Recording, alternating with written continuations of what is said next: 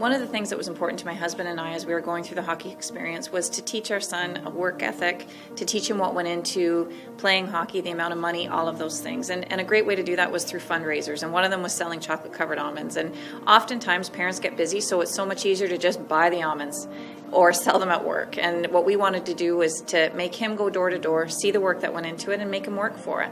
And it was painful. He hated us on the day he had to go out and do it. It was cold, but he went door to door. He sold the chocolate-covered almonds, and he came home and made money and felt quite proud of himself. And it gave him a chance to put some work towards being in hockey and being a part of it. And he felt quite proud of himself after, and it taught him a great lesson in the meantime. Maybe when they were younger and still in minor hockey, but I can honestly tell you that now they realize all the time and effort that we put in as parents. They certainly appreciate us more now, and I think that's just because they're older. I have a better understanding for it now, but I still don't have kids that are doing that. So I still don't think I fully appreciate it. I see the parents that do it, and it's impressive, but no, I don't think I fully understand it even now. My dad coached the Adam A1 team, and he cut me my first year trying out for anything. My brother was on the team, and you know, I was one of the last cuts, and I think just the way he explained it to me, that it was probably one of the best things that happened to me in hockey and life. I think that going through adversity is very important. Good people make good hockey players, right? And we try to find kids that have good values and, you know, good work ethic, commitment. We have the ability to, you know, to teach those kids the skills, but sometimes those life ones and the mental skills are a little tougher ones to do. So, you know, if we can find some kids that already have those, that's a big help. A friend of mine, a coworker, tagged me on this article on Facebook about this little boy who was practicing on a little puddle of frozen ice in Abbotsford. And I watched it and I kind of giggled and I thought, that's awesome. Like, Bailey, look at this. So he looked and he went, that's awesome. So he read the article attached to it, and the article had indicated that Marcus wanted to play, but he wasn't able to. It's very costly to put your kids through hockey. He's well aware of that. Kind of got to me that he's on a small pond in a parking lot, and if I were to see that, I wouldn't do anything. I would look at it and say there's a frozen puddle.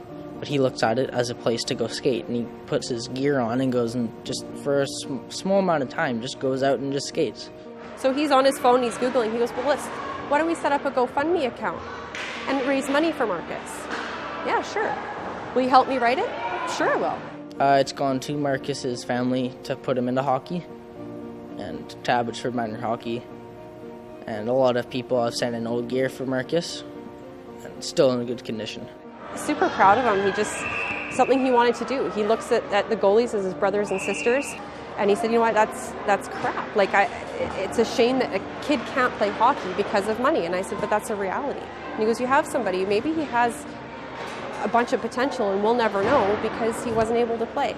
You know, I can remember getting my first pair of pads, my first pair of actually goalie skates, and then getting kitted out with the rest of the equipment.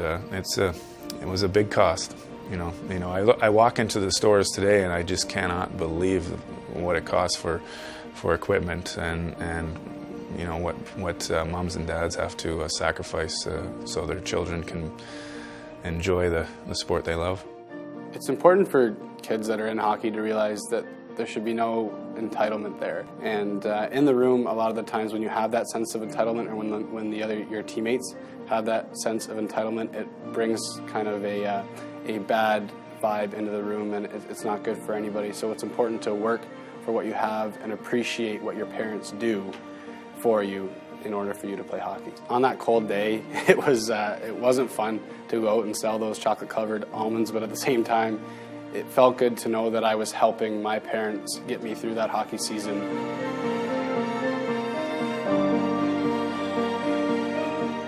For more information on the Lessons from Behind the Glass video series, visit bchockey.net or lessonsfrombehindtheglass.com.